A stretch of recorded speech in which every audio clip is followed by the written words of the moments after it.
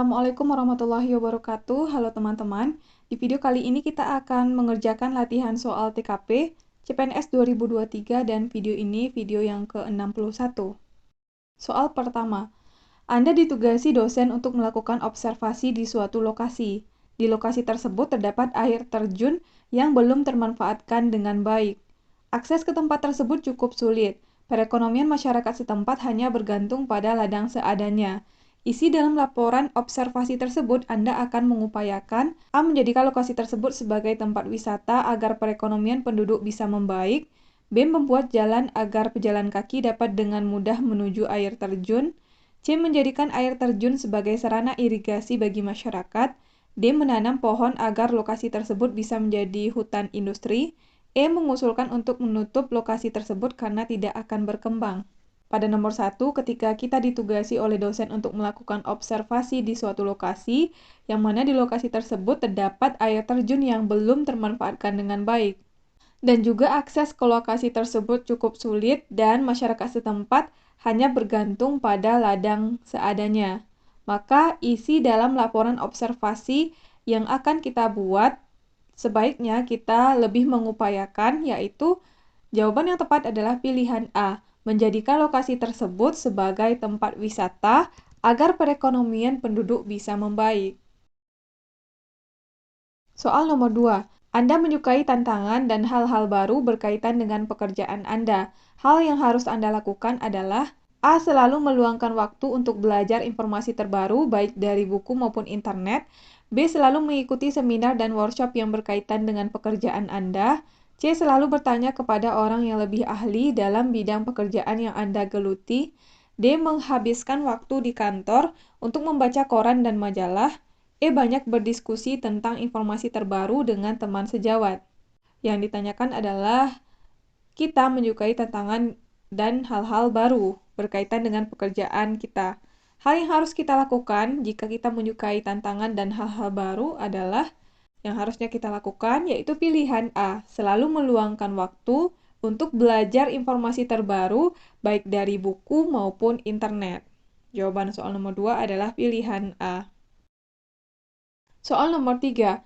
Banyak karyawan dari perusahaan yang Anda pimpin tiba-tiba mengundurkan diri, di antaranya merupakan karyawan yang berprestasi dan berkinerja baik.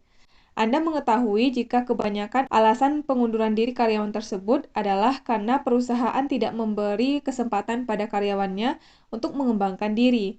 Di sisi lain, keuangan perusahaan sedang tidak memungkinkan untuk hal tersebut, sedangkan jika hal ini terus dibiarkan, akan berdampak buruk dan merugikan perusahaan Anda karena kehilangan SDM yang bagus. Sikap Anda adalah A. Memberikan karyawan kesempatan untuk mengembangkan diri dengan cara mengikutkan seminar, B. Memberikan karyawan kesempatan mengembangkan diri dengan mengikutkan pelatihan. C. Semua perusahaan ingin karyawannya berkembang, tapi karena kondisi keuangan perusahaan sedang tidak mendukung, hal ini tidak terhindarkan. D. Pimpinan sendiri harus memberikan pembekalan tersebut agar karyawan bisa mengembangkan dirinya ke arah yang lebih baik. E. Pemilik perusahaan harusnya lebih peka terhadap karyawan dan memfasilitasi pengembangan diri mereka. Pada soal nomor 3, ketika banyak karyawan dari perusahaan yang kita pimpin tiba-tiba mengundurkan diri, dan diantaranya merupakan karyawan yang berprestasi dan berkinerja baik, dan kita mengetahui bahwa kebanyakan alasan pengunduran diri dari karyawan tersebut adalah karena perusahaan tidak memberikan kesempatan pada karyawan untuk mengembangkan diri. Di sisi lain, keuangan perusahaan sedang tidak memungkinkan untuk hal tersebut. Sedangkan jika hal tersebut dibiarkan, akan berdampak buruk dan merugikan perusahaan, karena perusahaan akan kehilangan SDM yang bagus. Maka sebagai pimpinan, apa yang sebaiknya kita lakukan? Di antara kelima pilihan ini, yang punya poin paling tinggi adalah pilihan D, yaitu pimpinan sendiri harus memberikan pembekalan tersebut agar karyawan bisa mengembangkan dirinya ke arah yang lebih baik. Soal nomor 4. Dalam suatu pelatihan kepegawaian yang Anda ikuti ada gerakan 3S, yaitu senyum, sapa, dan salam yang harus diterapkan di seluruh bagian instansi. Saat ini Anda ditempatkan di bagian front office yang merupakan bagian terdepan di instansi tempat Anda bekerja. Sikap Anda setelah pelatihan kepegawaian tersebut adalah A. Melakukan seperti yang Anda lakukan setiap hari karena khawatir gerakan 3S akan tampak memalukan bagi Anda. B. Anda akan mulai gerakan 3S hanya jika Anda sudah siap. C. Cukup dengan memasang poster yang bertuliskan gerakan 3S dan artinya itu sudah membuat semua orang memahami bahwa Anda sudah melakukan anjuran pelatihan tersebut. D. Menerapkan gerakan 3S seperti yang diajarkan di pelatihan. E. Menerapkan gerakan 3S seperti yang diajarkan di pelatihan hanya pada saat awal bekerja saja, biar seragam dengan bagian lainnya. Jadi pada soal nomor 4, dalam sebuah pelatihan kepegawaian yang kita ikut, ada gerakan yang namanya adalah 3S, senyum, sapa, dan salam, yang harus diterapkan di seluruh bagian instansi. Nah, saat ini kita ditempatkan di bagian front office yang merupakan bagian terdepan di tempat kita bekerja. Yang ditanyakan adalah bagaimana sikap kita setelah pelatihan kepegawaian tersebut. Di antara kelima pilihan ini, sikap yang tepat adalah pilihan D, yaitu menerapkan gerakan 3S seperti yang diajarkan di pelatihan. Soal nomor 5. Beberapa hari terakhir ini di kantor Anda sedang disibukkan dengan banyaknya deadline pekerjaan yang harus diselesaikan secepatnya, sehingga setiap komponen perusahaan diminta untuk memberikan kemampuan terbaiknya bagi perusahaan. Karena jika ada pekerjaan yang tertunda, akan berpengaruh terhadap produktivitas kerja. Namun ada beberapa karyawan yang datang kepada Anda bercerita dan mengeluhkan beberapa hal yang tidak berkaitan dengan pekerjaan. Sikap Anda, A. Anda selalu terbuka terhadap setiap karyawan untuk berkeluh kesah kapanpun mereka membutuhkan. B. Harus diatasi karena dapat mengganggu kinerja perusahaan. C. Selalu bersimpati dan memberikan nasihat dan solusi yang paling baik terhadap setiap masalah mereka. D. Bersimpati dan memberikan solusi dan nasihat dengan tetap memprioritaskan kepentingan perusahaan. E. Anda akan selalu baik kepada setiap karyawan di perusahaan dan dapat menjadi teman curhat mereka setiap waktu. Jadi pada soal nomor 5, ketika beberapa hari terakhir di kantor tempat kita bekerja sedang disibukkan dengan banyaknya deadline pekerjaan yang harus diselesaikan secepatnya, sehingga setiap komponen perusahaan diminta untuk memberikan kemampuan terbaik mereka. Karena jika ada pekerjaan yang tertunda akan berpengaruh terhadap produktivitas kerja. Namun, pada saat itu ada beberapa karyawan yang datang kepada kita berbicara dan mengeluhkan beberapa hal yang tidak berkaitan dengan pekerjaan. Nah, bagaimana sikap kita di kondisi tersebut? Di antara kelima pilihan ini, sikap yang tepat adalah pilihan D, yaitu bersimpati dan memberikan solusi dan nasihat dengan tetap memprioritaskan kepentingan perusahaan. Soal nomor 6. Sebuah perusahaan harusnya juga peka terhadap kebutuhan karyawannya. Jangan hanya menuntut untuk bekerja cepat, tepat, tapi juga mengerti permasalahan dari karyawan.